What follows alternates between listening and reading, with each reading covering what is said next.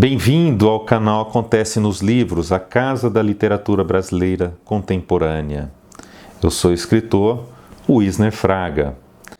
Eu estou lançando o meu 12º livro, um livro de contos intitulado Usufruto de Demônios, que continua em pré-venda no site da editora Ofícios Terrestres. Se você ainda não tem o seu, vai lá e adquira. Lembrando também que o meu canal de minicontos está a todo vapor. Se você ainda não conhece, vai lá e conheça.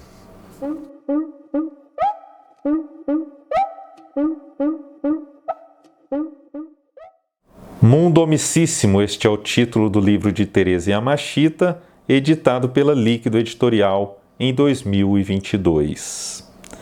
Sobre a autora, eu vou tomar a liberdade de ler a biografia que está no próprio livro, que eu achei bem completa e também fantástica. A autora: Vivências de Cristal. Tereza Yamashita rabisca histórias gritadas, líquidas e redondas, da cor do sol nascente. Filha da cerâmica e do origami, sobrevivente da Covid-19 e da necropolítica, não nasceu, germinou. Em suas artérias a seiva, ao respirar, emana pólen.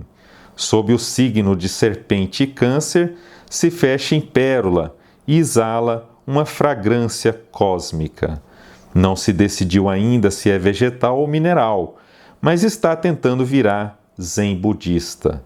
Queria mesmo era ser uma felina da cor da terra, mas é feita de matéria estelar, sendo dobrada e desdobrada há milênios. Num susto digital, ganhou um jabuti. Foi personagem de mangá e anime e já participou da 5ª Revolução Industrial. Fez parte da Sociedade 5 e da geração Handmakers. Hoje, vagando no espaço sideral, procura um buraco negro ou colorido para se jogar de cabeça e experimentar uma vertigem radical. Nós temos aqui um livro de contos, ou de mini-contos, se a gente quiser ser mais específico, né? As tramas vão ali pelo realismo mágico, mas não só por ali. Eu acho que seria reduzir muito a proposta desta obra. Há também contos que eu diria ser de ficção científica, mas isso também acabaria por reduzir um pouco, seria um pouco distante do que nós, como leitores, vamos encontrar pela frente. Os contos trazem sempre um questionamento sobre assuntos muito atuais, por exemplo, questões de gênero, aquecimento global, violência, machismo, empatia, pós-humanismo, relacionamentos, poluição, pobreza, a questão da invisibilidade, bullying, identidade, entre outros temas, né? Para você ter uma ideia das histórias, né, do estranhamento que nós sentimos em um primeiro momento quando nós entramos na leitura, eu vou falar de alguns contos. Há personagens que se transformam ali no decorrer da história, que sofrem metamorfoses. Isso acontece em vários contos. É como se esses personagens, essas personagens, precisassem se transformarem em outra coisa para compreenderem aquilo que se passava antes. Então, uma menina se transforma em uma boneca de pano, uma outra menina se torna um gato. Aliás, né, um comentário, os gatos aparecem com muita frequência também nesta obra aqui, neste livro. Uma outra menina que se converte em um feto e assim por diante. A empatia é levada ao extremo quando um personagem em determinado conto sente tudo o que faz a um outro ser. Então, se ele dá um chute a um homem, ele sente na própria barriga as consequências desse chute. É muito interessante essa tese. Há uma personagem que vaza em abundância, um líquido, e não pode, então, morar em apartamentos, pois sempre o morador do andar de baixo sofre demais com as infiltrações.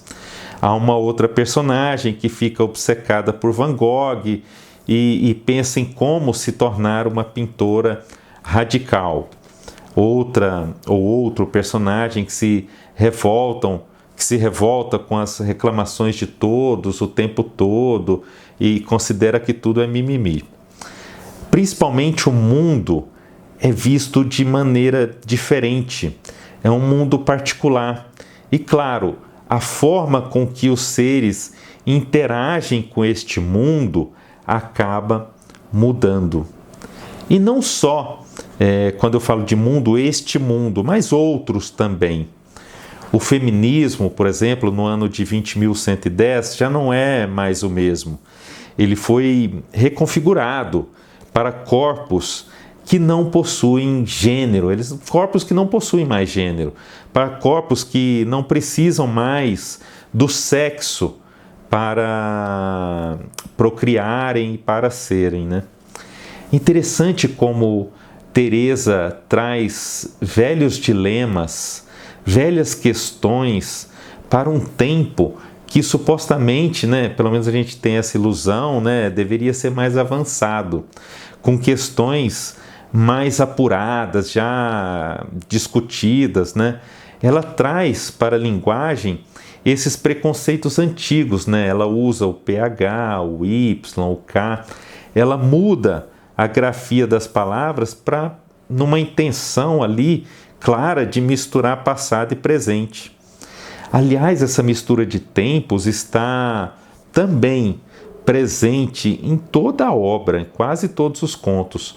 Muitos contos começam com a infância e vão avançando para outras épocas, para a adolescência e depois para a fase adulta das personagens.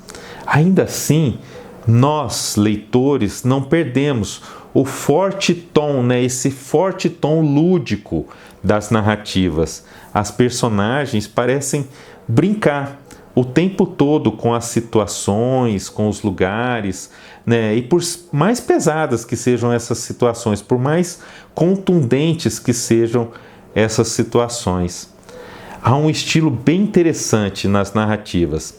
Ali, no primeiro, segundo ou terceiro parágrafo de cada conto, é feito um panorama geral das situações, das descrições de cenas. Depois, a partir dali, parece que nós temos um zoom.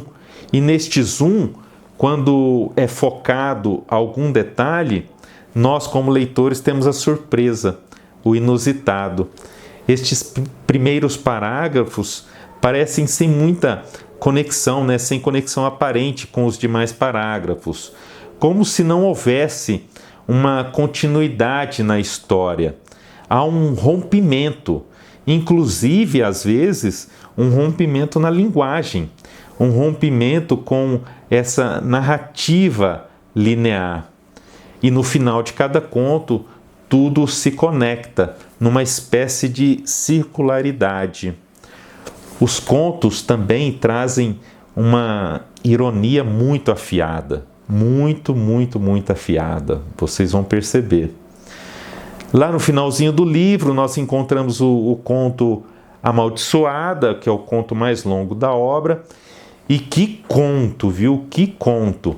Eu recomendo que Teresa se dedique também a essas narrativas um pouco mais compridas ali. Há uma caracterização de personagens fantástica. Ali, a trama começa quando uma menina vê umas asas que começam a nascer nas costas dela. A descrição desse nascimento dessas asas, das tentativas que ela faz de extirpar, né, de sumir com essas asas, são muito precisas. É uma lição, eu considero uma lição de como narrar. Também a parte gráfica do livro tá fantástica, tá linda. As colagens, né, maravilhosas. Há um QR Code, caso alguém queira ver as ilustrações coloridas, a edição traz um QR Code. A diagramação, o projeto gráfico, impecável mesmo, impecável. Corram lá agora atrás desse mundo domicíssimo, vocês não vão se arrepender de jeito nenhum. Eu vou ler agora um livro do conto, um conto deste livro, e espero que vocês curtam este conto assim como eu curti quando eu li. Muito obrigado por assistir esse vídeo. Se você gostou, eu peço que divulgue o vídeo em suas redes sociais. Peço também que valorize a literatura contemporânea. Valorize as editoras e os autores independentes.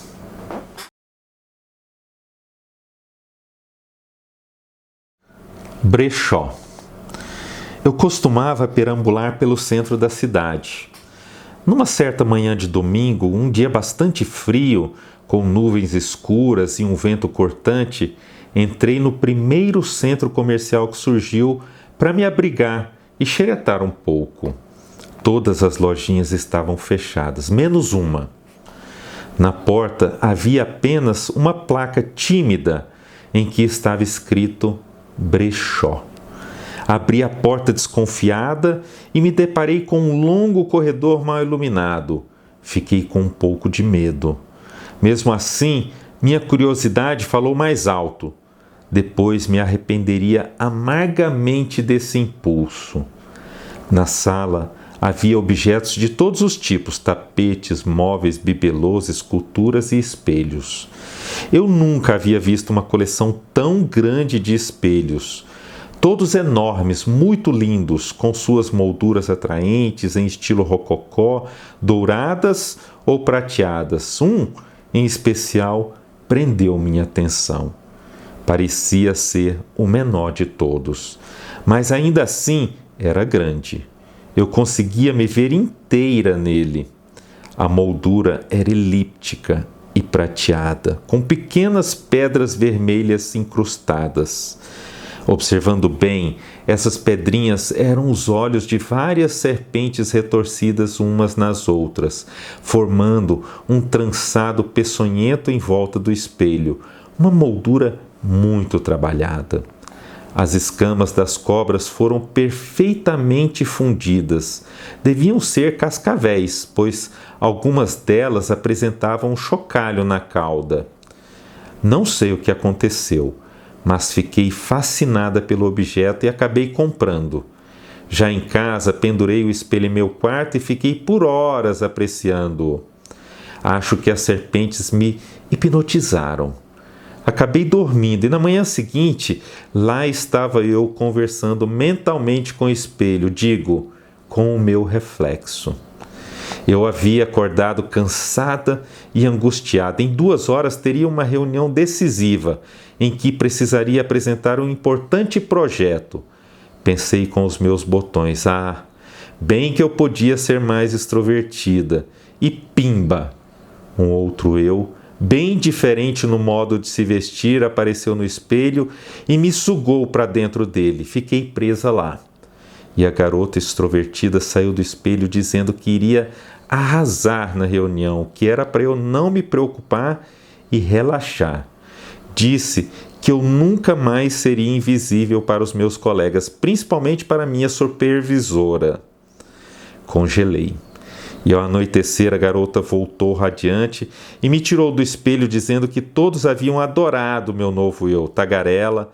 Ela me avisou que sempre me substituiria quando houvesse reuniões importantes. Ela adorou meus colegas de trabalho. Parecia que eu estava num sonho, mas na manhã seguinte, ao acordar, encontrei minha sósia dormindo no sofá. E como roncava a danada! Voltei para o quarto e me olhei novamente no espelho. O que estava acontecendo? Malditos pensamentos! Parem! Mas num segundo eu pensei, queria tanto ser rica e não ter que voltar mais ao meu emprego. Pimba! Aconteceu de novo. Quando me vi, Estava novamente dentro do espelho um outro eu, uma sósia elegante, vestida com um blazer risca de giz, uma saia justa preta e salto alto, decidida e imponente. Falou para eu não me preocupar, pois em breve estaríamos ricas. Disse que iria aplicar toda a minha poupança na bolsa de valores e em criptomoedas. Fiquei angustiada, presa no espelho e agora com duas loucas no meu apartamento. Gritei, pedi ajuda, mas ninguém me escutava. Exausta de tanto procurar uma saída daquele lugar, desisti de gritar. Anoiteceu. E agora o meu eu extrovertido estava rindo e bebendo com o meu eu investidor. Parece que os investimentos renderam bem. Houve uma alta e, além disso, meu projeto foi aprovado no escritório. Minhas sócias estavam comemorando sem mim. Dá para acreditar? Mais tarde, uma delas se lembrou de mim e me puxou para fora do espelho. Tentei falar com elas, mas o meu eu tímido me sufocou. Eu estava deprimida e sem forças, então fui dormir. No dia seguinte, as duas estavam na minha cama, nuas e agarradas uma na outra. Eu tentei não acordá-las e muito menos olhar para o espelho, mas algo me puxava, uma energia que os meus olhos não conseguiam ignorar. E novamente, traída pelos meus pensamentos negativos, pimba!